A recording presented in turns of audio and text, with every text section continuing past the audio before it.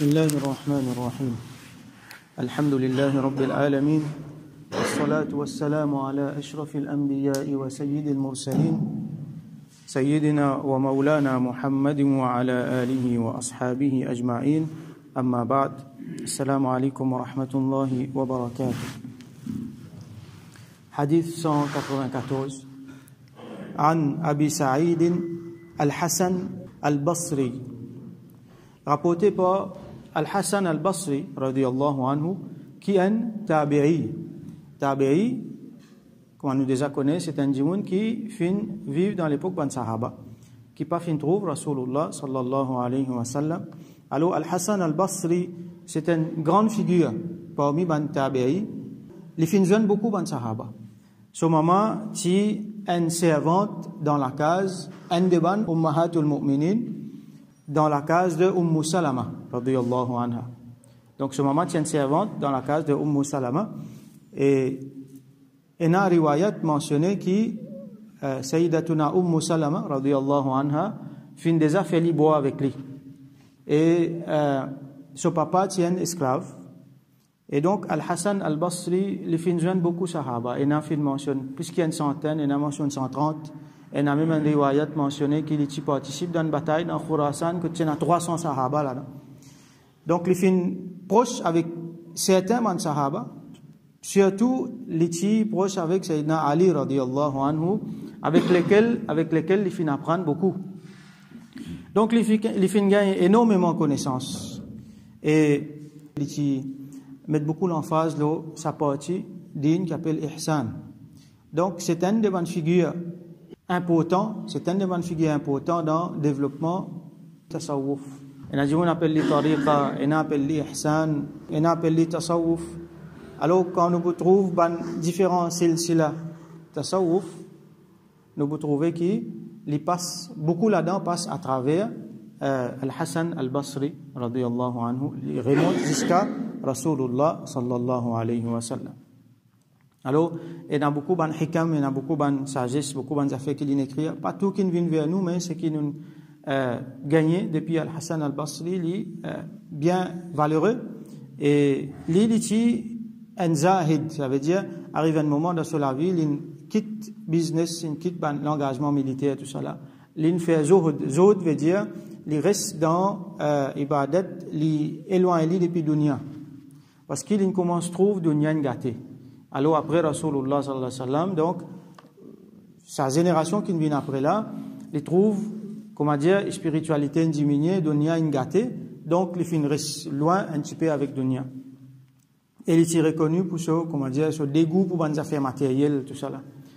Alors imaginez un coup, si lui, à ce moment-là, il peut trouver dunya gâtée. Imaginez s'il peut vivre dans l'époque à cette là, qui a l'impression les types là. Les fins restent dans Basra, à cause ça on appelle les Basri, al-Basri. Basra, comme on nous connaît, c'est la ville dans l'Irak. Un des grands la ville dans l'Irak, c'est à l'époque là, il y a des grands la ville, Koufa avec Basra. Mais il n'est pas né dans Basra, il est né dans Madina. Son maman est servante avec Salama radiyallahu anha. Et les fins grandit dans Madina, les fins apprennent avec Ban Sahaba. Là, après, il est dans Basra. Là, il reste dans Basra, il continue, il établit là-bas, il enseigne ban djimoun là-bas, il finit ban élèves, ban disciples. Et donc, là, appelle Al-Hassan al-Basri. Donc, il y a énormément pour dire Al-Hassan al-Basri. C'est une figure importante dans Tasawwuf. Alors, Al-Hassan al-Basri, il dit, Anna A'idh ibn Amr. A'idh ibn Amr, radiyallahu anhu, il rapporté qu'il y a un sahabi, sanala li sahabi, il appelle A'idh ibn Amr. Son nom, son kunya, c'est Abu Hubayra. Il tient parmi les sahaba, il est témoin, il est là, dans le traité Hudaybiyah, il est fait Bay'atul Ridwan avec Rasulullah sallallahu alayhi wa sallam en bas pied. Et lui, donc, il finit vivre jusqu'à l'époque, c'est à l'époque là, Ubaydullah ibn Ziyad. Et il finit faire intégral, donc, dans Basra, il est aussi pareil. Arrive un moment, il est bougé, il est allé dans Basra, il se rend sur la case dans Basra, il reste là-bas, il enseigne, et après, il finit faire intégral là-bas, dans l'année 61, même l'année qui tient à Karbala. Les temps, il reste dans Basra, Yazid, qui appointe Ubaydullah ibn Ziyad, il était déjà gouverneur avant, et Yazid, il donne encore plus pouvoir, il était gouverneur dans Khurasan, sa partie, la PS là, dans Koufa et dans Basra, donc les mêmes si gouverneurs. Aïd ibn Amr, radiyallahu anhu, dakhala ala Ubaydullah ibn Ziyad. Donc les fins rentrent, ça veut dire les finales get Ubaydullah ibn Ziyad. Ubaydullah ibn Ziyad, qui sont là ça? C'est gouverneur. Donc les finales get lui. Et Ubaydullah ibn Ziyad, nous connaissons, nous entendons un petit peu ces histoires. Alors c'est gouverneur de Yazid dans Koufa. Nous connaissons Yazid, ces histoires, nous ne pouvons pas rentrer dans le détail. L'iti donc peut oppose Sayyidina Imam Hussein radiyallahu anhu qui refuse pour un bay'ad sur la main. Et comment nous trouvons, il y a plusieurs ban sahaba qui refusent l'autorité. Nous trouvons dans un hadith précédent qu'il ne faudrait pas du bout contre l'autorité, il ne faudrait pas faire dissension, il ne faudrait pas faire khurouj les autres, excepté quand il y a une transgression. Donc Yazid, tu peux transgresser la loi, les tiennent fasiq, comme on nous déjà connaît. Et donc, Sayyidina Imam Hussein, radiyallahu anhu, refuse pour un bay'ad sur la main. Et donc, il n'est pas fin de laisser tranquille. Imam Hussein, qui dans Makkah, et donc il n'est pas fin de laisser tranquille, le temps il fin vin dans une sortie Makkah, il peut venir dans Koufa. Quand il y a là-dedans, supposément, qui fidèle avec Sayyidina Ali, radiyallahu anhu, je t'y invite lui, mais après je tourne contre lui. Donc, Ubaydullah ibn Ziyad, fin prend sur l'armée, fin vini, et fin joindre lui dans Karbala. Là, nous connaissons qui fin passé. Donc, dans Karbala, tu as un côté Imam Hussein, ça veut dire, Ahl Bayt, à la tête, tu as Imam Hussein, radiyallahu anhu, et l'autre côté, tu as un opposant, Yazid sur l'armée, représenté par gouverneur Ubaydullah ibn Ziyad. Donc, l'armée, Yazid ici, à la tête, tu as Ubaydullah ibn Ziyad. Juste pour nous gagner l'idée, Ubaydullah ibn Ziyad, qui s'en là ça. Et après qu'il fin faire, le massacre de Karbala, donc fin assassine Rasulullah sallallahu alayhi wa sallam, ce petit enfant, Yazid dit à là, il y a les autres sahaba encore qui ne sont pas d'accord avec Yazid. Et là, par exemple, Abdullah ibn Zubayr, radiyallahu anhu, qui est ici dans Madina, Yazid dit à Ubaydullah ibn Ziyad, allez dans Madina. Il donne l'autre pendant 3 jours, faire tous affaires, une permettre là-bas, ça veut dire, il y a un pillage, il y a tous affaires. Tu peux le faire ça dans Madina. Là, il fin refuser. Il fin dire, non, on ne peut pas pour faire des mauvais quelque chose à cause d'un fasik, Yazid, c'est-à-dire, on fin déjà, tu Rasulullah sallallahu alayhi wa sallam, ce petit enfant, on ne peut pas le faire ça dans la terre sainte. Alors, il fin continue ce gouverneur jusqu'à qui finit l'armée qui finit assassiner pour un petit vengeance pour Imam Hussein radiyallahu anhu. Ubaydullah ibn Ziyad, donc, il est reconnu pour le fait qu'il finit assassiner aussi Imam Muslim bin Aqil radiyallahu anhu, qui est cousin de Sayyidina Imam Hussein radiyallahu anhu, qui est envoyé dans Koufa avant qu'il est venu, et Bandimoun fin fait khiyanat avec lui. Et là, Ubaydullah ibn Ziyad fin allé fin tout il est. Puis fin il y a beaucoup quelque chose, ne pas vous rentrer dans le détail. Et là fin il y a Karbala. Donc Ubaydullah ibn Ziyad lui donc il peut gouverner le Koufa, le Yazid, et nous connaissons qu'il y a beaucoup de quelque chose qui pas passe correct. Et sa sahabi là il pas content. Donc sa sahabi là Aïd ibn Amr لنالجت عبيد الله بن زياد فقال إلي Ali أي بني oh mon garçon. Donc sahabi là vient vieux lui il est dans l'âge aster Ubaydullah ibn Ziyad il est encore jeune donc les Ali hey mon garçon. Donc nous fin trouve ça expression là hey quand nous cause avec un dimoun ça veut dire quand nous dit dimoun là il y a un tel ça veut dire nous peut adresser nous avec lui mais quand nous dit hey un tel ça veut dire nous prêt avec lui quand nous prêt avec lui ça veut dire nous peut cause avec lui comme on dit des affaires personnelles ça les autres pas pour t'entendre là on peut dire avec toi. Bunay veut dire mon petit garçon. Bunay veut dire un petit enfant. Ça veut dire quand nous cause avec un petit enfant, nous cause avec lui, avec affection tout ça là. Mais là au Ubaydullah ibn Ziyad, il y a un gouverneur, il n'est pas un petit enfant, il y a un adulte qui peut faire beaucoup de quelque chose. Alors il peut traiter lui avec un terme affectif. Eh mon garçon. Inni سمعت رسول الله صلى الله عليه وسلم يقول certainement مفنتان رسول الله صلى الله عليه وسلم dire إن شر الرعاء الحطمة certainement ban pire ban plus mauvais dans ban ri'a c'est pluriel de ra'in qui veut dire un berger Un berger, c'est un dimon qui lui occupe ce troupeau. Et nous connaissons un hadith, kullukum ra'in wa kullukum mas'oulun an ra'iyatihi. Chacun parmi eux est un berger et chacun lui peut bien répondre le troupeau qu'il peut occuper. Alors, Rasulullah sallallahu alayhi wa sallam lui mentionne un papa dans la case, par exemple. Et il mentionne un leader qui est un dimon qui autour lui, qui peut lead ce dimon là, il peut donner l'autre, et donc il peut bien répondre pour ça. Alors, les plus mauvais parmi les bergers, Rasulullah sallallahu alayhi wa sallam dit, ça sahabi l'a rapporté, plus mauvais parmi les bergers, dans le cas Ubaydullah ibn Ziyad, c'est plus mauvais parmi les leaders, qui aiment bien le leader là.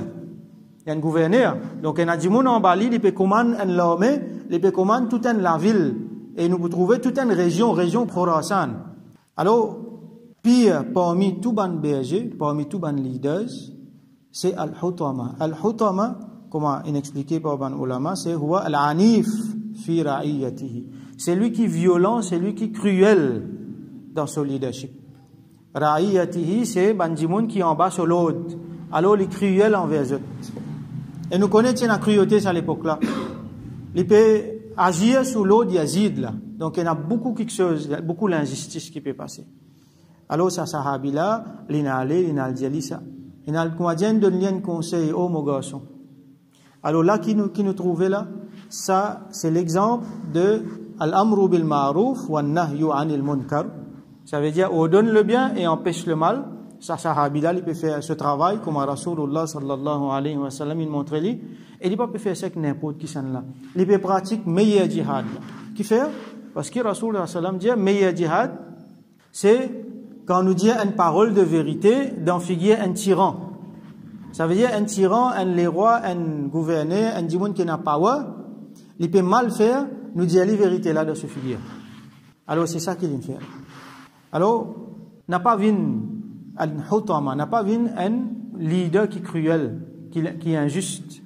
Parce que pire parmi eux, c'est celui qui est injuste, comme Rasul sallallahu alayhi wa sallam dit, فَإِيَّاكَ أَن تَكُونَ مِنْهُمْ. Fais attention, pas vin comme eux. Donc ça c'est conseil de sa sahabi-là envers Ubaydullah ibn Ziyad. فَقَالَ لَهُ. Alors Ubaydullah ibn Ziyad, il répond-lui, il dit à lui, اجلس, assisez. فَإِنَّمَا أَنْتَ مِنْ نُخَالَةِ أَصْحَابِ مُحَمَّدٍ صلى الله عليه وسلم. Assisez parce que toi, tu as parmi ban nukhala dans ban compagnon de Muhammad sallallahu alayhi wa sallam. Nukhala veut dire quand nous prenons quelque chose, par exemple un fruit, sur la coque, nous tiens nous était. Nous consommons ce fruit-là. Nukhala, c'est sa partie qui résidue là. Comment dire, il peut y avoir valeur. Ou soit il y a une valeur moindre, nous passons à Vili, nous prenons nous était. Donc, nukhala, nous traduisons comme étant résidu. Et j'ai dit, assisé, toi, comment dire, tu as un résidu parmi les sahaba. Ça veut dire, il n'y a pas donné la valeur sahaba. Ça veut dire, il n'y a pas donné sa valeur qu'il méritait là. Alors qu'à à l'époque-là, Rasulullah sallallahu alayhi wa sallam pas là. Une quitte ban sahaba. Quand on dit une joint un sahabi, c'est une grande affaire ça. Donc c'est un trésor vivant, c'est un lien qui nous est là avec Rasulullah sallallahu alayhi wa sallam. Pour des gens qui peuvent vivre dans cette époque-là. Alors qui savent dire là, peut-être comment il dit, il pas peut d'une valeur ça sahabi. Alors qui ça sahabi là qu'il fait, il prend bay'a directement avec Rasulullah sallallahu alayhi wa sallam en bas pied, bay'atul ridwan, il finit là dans Hudaybiyah. Alors ça sahabi là vient donner un conseil, l'héritage de Rasulullah sallallahu alayhi wa sallam. Comment il dit toi tu es un résidu parmi les sahaba. Comment dire, comment certains les autres ulama mentionné saqat. Un saqat, ça veut dire quelque chose qui est tombé, ça veut dire li bien c'était même ça. Peine à valer. Là, Aïd, sa sahabi là, il répond lui, il dit faqala wa hal kanat lahum nukhala?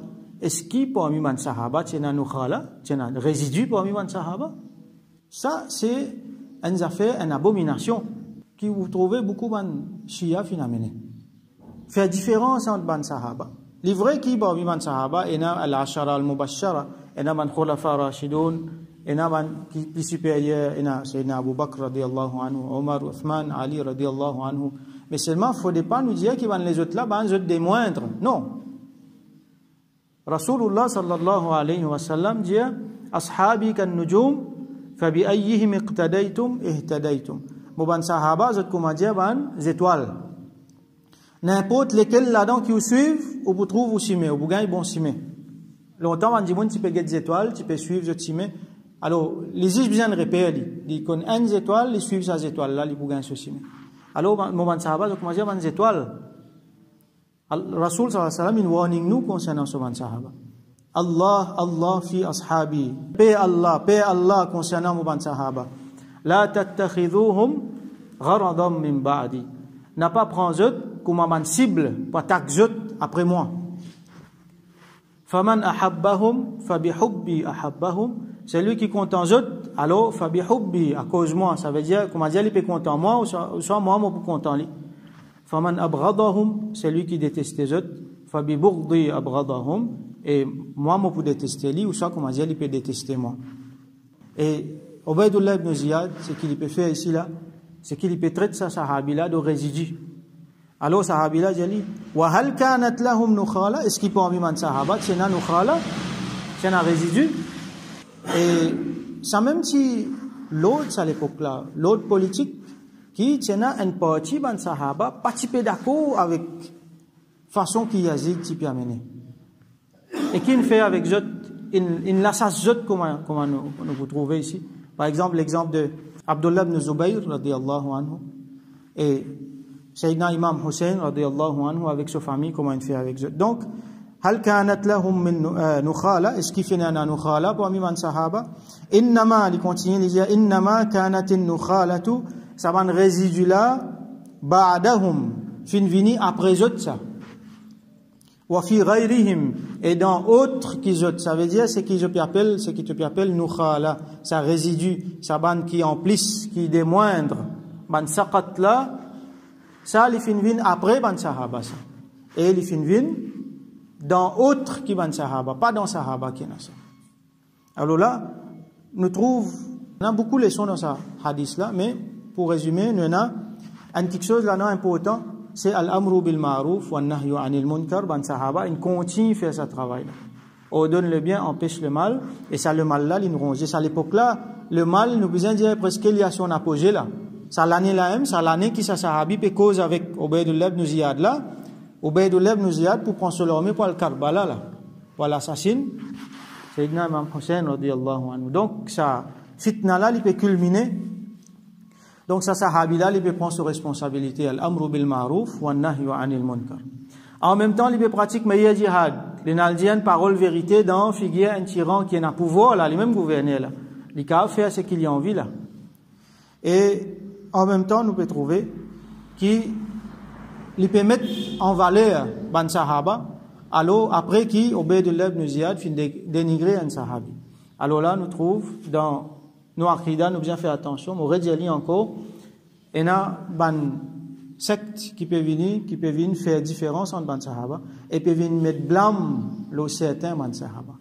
Comme Rasul sallallahu alayhi wa sallam dit, la tattakhidhuhum gharadan min ba'di. Après moi, n'a pas prendre autre possible.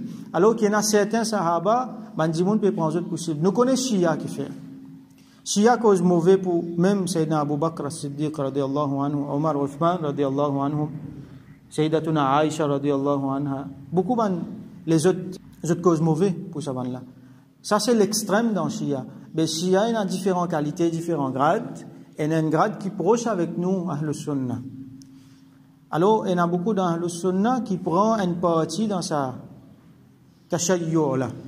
Par exemple, une fois, nous entendons dans Majlis Muharram, nous entendons beaucoup de récits qui racontent le Karbala, et il y en a beaucoup là-dedans, je prends un livre Shia, une référence Shia, je viens de lire.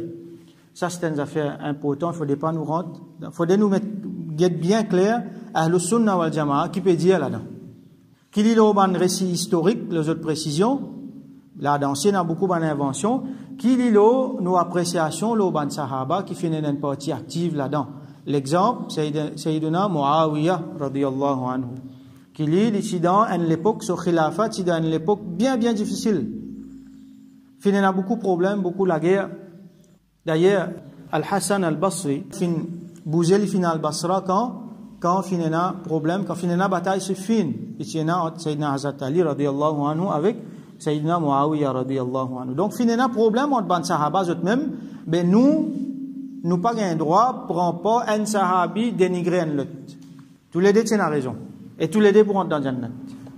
Comment Imam Ahmad ibn Hanbal, rahmatullahi alayhi, dit, nous, Allah fin préserve nous, qui nous pas fin bizarre mettre nous la main là-dedans. Nous pas fin bizarre trouve nous dans quand un sahabi contre un l'autre. Alors Allah fin sauve nous la main depuis ça, qui fait nous besoin mettre nous la bouche là-dedans. Qui fait nous n'a quelque chose pour dire là-dedans nous. Donc, encore une fois, nous référons clair, hein. Il y a beaucoup de tendances qui peuvent venir dire nous comme ça, tel sahabi tienato, Muawiya tienato, les partis qui mettre ce garçon Yazid, les qui fait telles affaires, l'autre sahabi tienato. Ça, c'est pas Aqida Ahlus Sunnah wal Jama'a. Aqida Ahlus Sunnah wal Jama'a dans ban sahaba, c'est qui tout ban sahaba, premier jusqu'à dernier qui finit vivre. Je tout est na grade sahabi et je tout pour rentrer dans Jannat, nous payons rien pour dire de mal contre qui que ce soit là-dedans. Même si un finit un problème avec l'autre, ça c'est autre problème, c'est pas nos problèmes. Allah finit faire ça, Allah se plan ça. Alors ça c'est une affaire importante. Ban qui appelle les autres Ahlus Sunnah wal Jama'a, mais qui peut critiquer certains ban sahaba par l'ignorance. Alors nous faisons droit avec Allah subhanahu wa ta'ala qui lui donne nous tawfiq, bénéficier de ce ban hadith, là prendre une leçon qui vient et qui nous bénéficie un petit peu de l'exemple de ce sahabi qui appelle Aïd ibn Amr, qui fait une jibout avec Ubaydullah ibn Ziyad, qui fait une jolie parole de vérité, qui fait une faire al-amru bil ma'ruf wa nahyu anil munkar, et qui Allah subhanahu wa ta'ala fait nous gagner bon comportement, bon aqida vis-à-vis tout ban sahaba, et qui les réunit nous avec eux yawm al-qiyamah wa akhiru da'wana alhamdulillahi rabbil alamin.